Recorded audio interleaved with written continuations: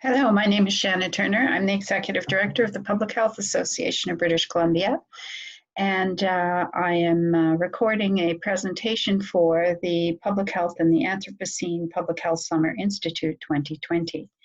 I come to you from the territory of the Lekwungen-speaking people, who are now known as the Esquimalt and Songhees Nation.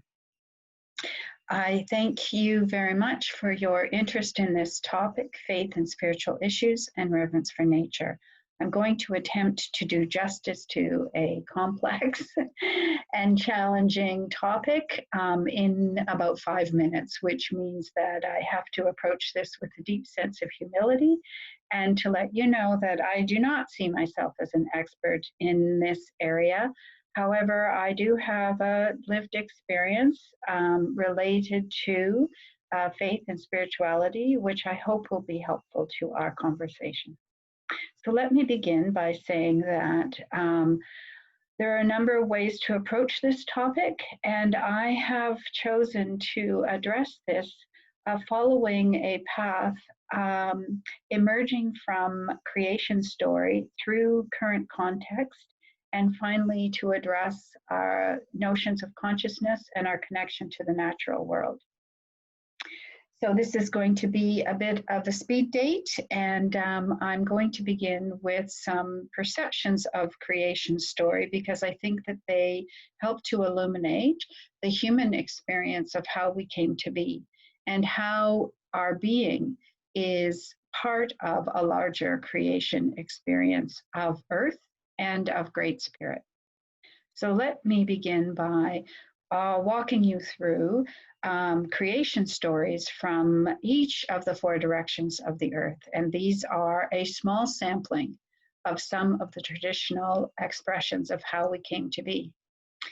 I thought this quote from Wordsworth was a perfect introduction to our Anthropocene dialogue. Come forth into the light of things, let nature be your teacher. Wordsworth's poetry has inspired me through many years and been a great solace to me as I explore my own relationship with nature. So from the South, I looked at Australian and Aboriginal creation story, and I'm happy to share this particular story with you.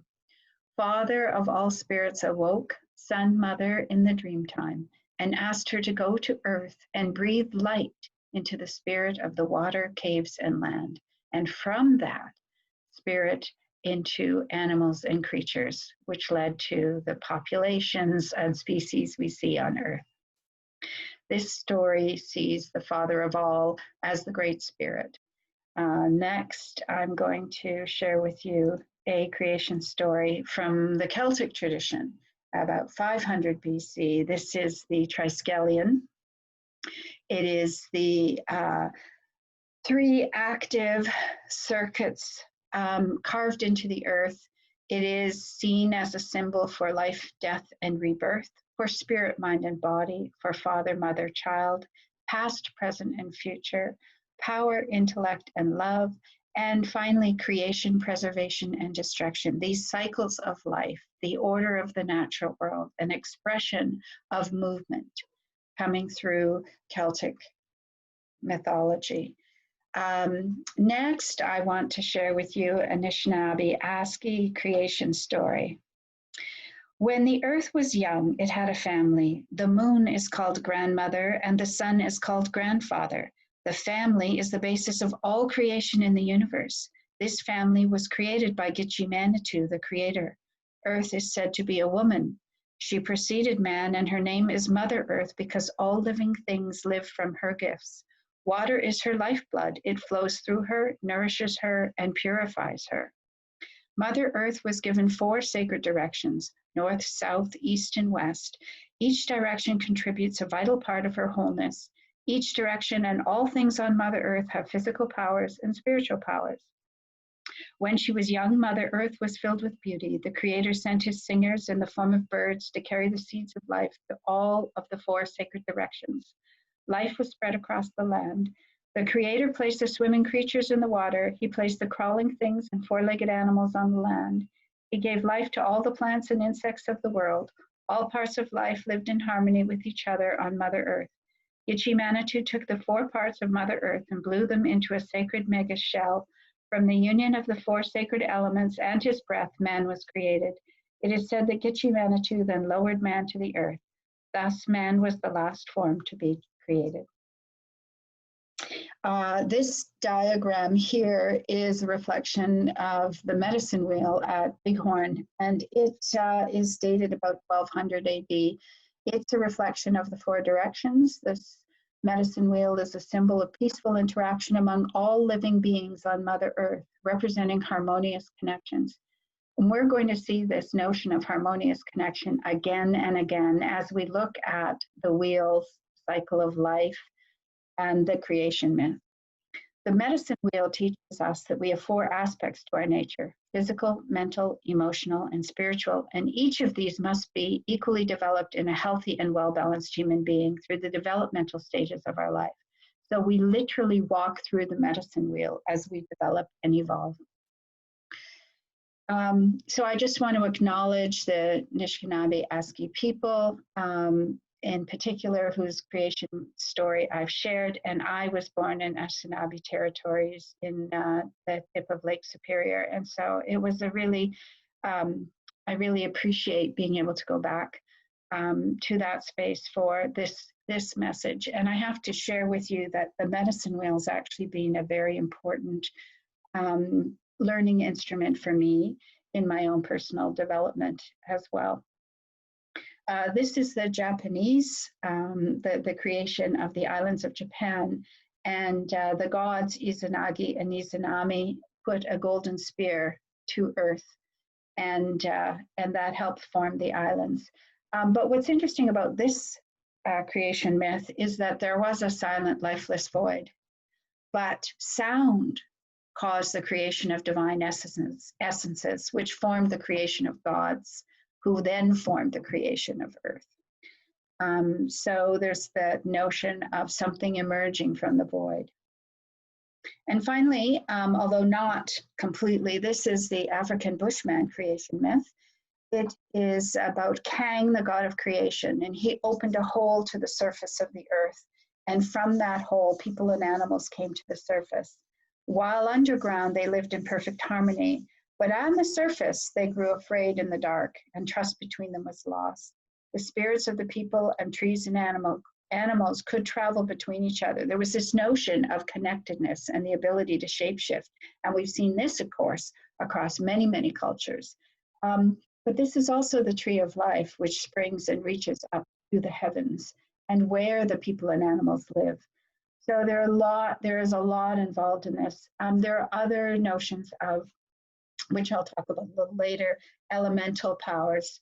Because the time is so short, I just really wanted to touch base with a few of the messages about how we came to be: Creator Spirit, Mother Sun, Father of all, Gitche Manitou, all of these notions of God and Creator bringing life to Earth. So what is our place in nature? How do we connect with nature? I wanted to mention the science of separation, notions that we, man, have dominion over Earth, that we are entitled to use the Earth and all of its beings to fulfill whatever needs we have. This notion of separation has been traced back to biblical references about God made the earth in 7 days and gave man dominion. An unfortunate, I think, extrapolation from creation story, whereby we are not seen as part of, but rather lords over. And the resultant devastation and consequences of that, we're all living with today. Biological laws versus social systems. So we look at natural biological laws like gravity, and other natural laws having to do with various different forces. And we compare those natural laws to social systems where we develop social processes. And nature has certain ways of behaving in terms of cycles of life and death. And social systems also have ways of behaving, and new social processes generate new social norms, which result in new ways of being and understanding.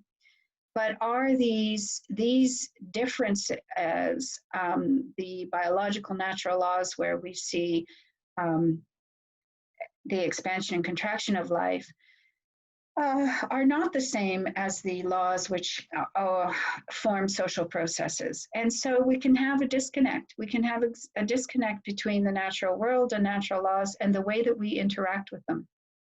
And that disconnect is seen very clearly in the economics of exploitation, where we drive up inequalities and increase consumption and have negative impacts on human settlement, high rates of child labor to meet our exploitive consumption, where we see mining and habitat destruction, deforestation. All of these are economics arising from social processes that are in complete contradiction to the natural laws of the way that the natural world takes care and regenerates itself. So we are interfering with that. We're interfering with species habitat, and we're interfering with species to the point that we have a number of species extinct and species on the endangered list. So as a result of this context, as a result of this reductionist separation of man and nature, we've seen a growing call for protection of the environment. And we've got water protectors, a number of organizations and agencies devoted to conservation and protection, and individuals who have literally put their lives on the line to protect habitat and to stop erosion of natural environments. Here is a message from the 70s, and John Prine, who was probably a premier American songwriter, and he wrote this song called Paradise, which I actually ran into as I was preparing this presentation. I thought, wow, you know, it was just so perfect that the coal company came with the world's largest shovel and they tortured the timber and stripped all the land. Well, they dug for their coal, the land was forsaken. Then they wrote it all down as the progress of man. You know, when you have a visceral response to this destruction, it's because in your heart, you know that there's something terribly wrong about this process. So that brings us to consciousness. What are the different ways of knowing that we experience? Many times we talk about being one with consciousness, being one with the Creator. There are, for example, in indigenous traditions, animal spirits who represent the ability for us to connect with that nature's anima, and that we call Gaia. There are messages in various traditions about Great Spirit, about Mother, Father, Creator, about the Father of all, a spiritual framework that encompasses all life on earth. Teilhard de Chardin, a Catholic mystic, talked about every single element of the earth has a life force energy, and that energy is actually God. Unfortunately, Chardin was silenced by the Catholic Church for his views. He was seen as heretical. However, he was really reflecting a message and a knowing and an understanding that's been passed down through generations of human experience, which is that there is a distinct sentience in animals and a potential sentience in plants that we are only now beginning to actually affirm through science and research.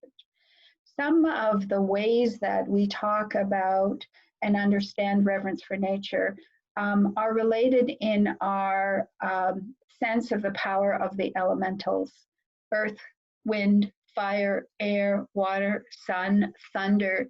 Each aspect of these elements is seen to have a creative energy and force.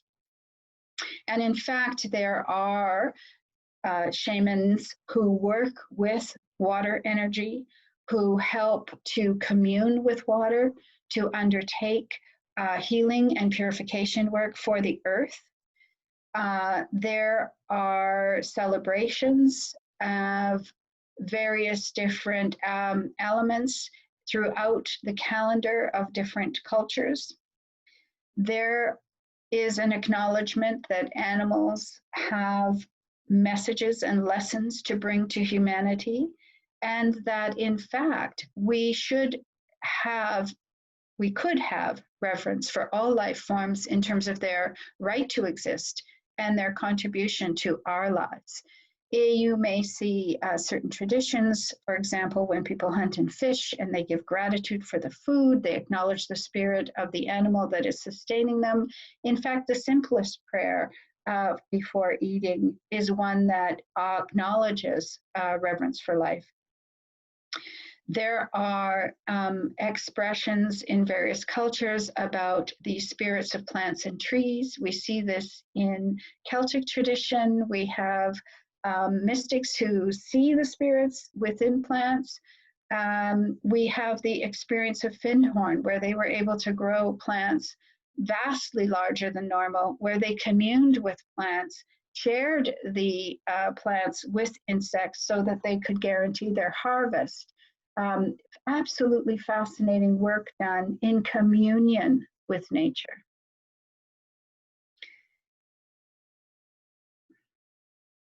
And so let's talk about the consciousness connected to nature. How does it work for us? We talk about grounding, connecting to Mother Earth so that our spirits are calm and that we are centered. We are centered in Mother Earth so that we can undertake work. And in fact, traditions like Tai Chi and other martial arts actually practice grounding exercises in order to position people to deal with aggression, to deal with physical force, and to be able to deal with it in a way that doesn't displace them.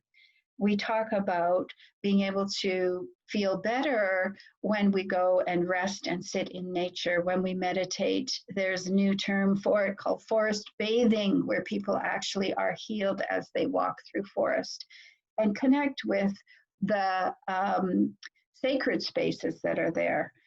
Mentioned earlier a little bit about animism. This is the notion that plants, animals, rivers have an elemental energy, that they are sacred.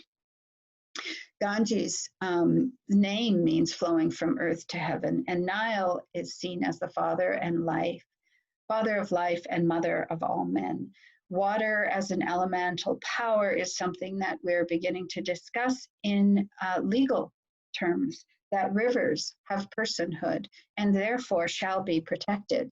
We are recognizing animal spirits and tree spirits as entities in many traditions. And I mentioned the secret world of plants with Findhorn.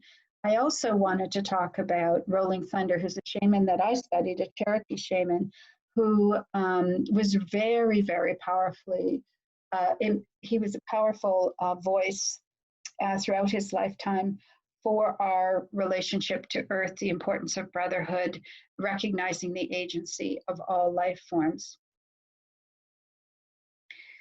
And Rolling Thunder said, we are one and part of the whole, and anything that affects one part affects the whole. Rolling Thunder they did a study of Rolling Thunder, actually, where they followed him for a number of days and interacted with him in a variety of natural environments. And there's too much within that tale for today's session. But it did, reading about Rolling Thunder, did give me a profound appreciation for how we choose to move through the earth. And so I think that when you're operating from the perspective that Rolling Thunder brings, which is that we are all connected to the whole, you can open yourself to be in greater communication, both with the Great Spirit in his tradition and also with the plants and animals around you. In fact, Rolling Thunder was known to speak to the insects and plants, to request permission to harvest. And he was able to walk through swamps without being bitten because he acknowledged them and told them he was coming and asked for their permission. And his reverence for nature gave him an incredible access to the spiritual elements of the natural world. So that brings me to the final bullet here, which is connection. What are the healing properties of our deeper connection to the natural world? This is something we are all exploring. How we deal with the destruction and the collective grief that we experience as a result of destruction of the natural world. When we care for the earth, we're actually caring for ourselves. One of the premises of this is that we are not separate apex predators. Instead, we are as much a part of the earth as the seeds and stones, and an integrated consciousness makes us more accountable for the well-being of our world and all who dwell here. St. Francis of Assisi talked and wrote beautifully about the praise of the creatures, and was in fact able to communicate with all wildlife at a heightened level. Buddhist traditions talk about protecting life as the first training. Each of these traditions that I've shared with you today has a message about our relationship to Earth, our relationship to the spiritual aspects of life on Earth, and our connection to Mother Earth as a partner in co-creating. And so moving forward, I'd like us to just reflect on this final statement, that nature never did betray the heart that loved her. I'm grateful to you all for listening. I know this was a very brief overview. I look forward to our discussion, and thank you for your time.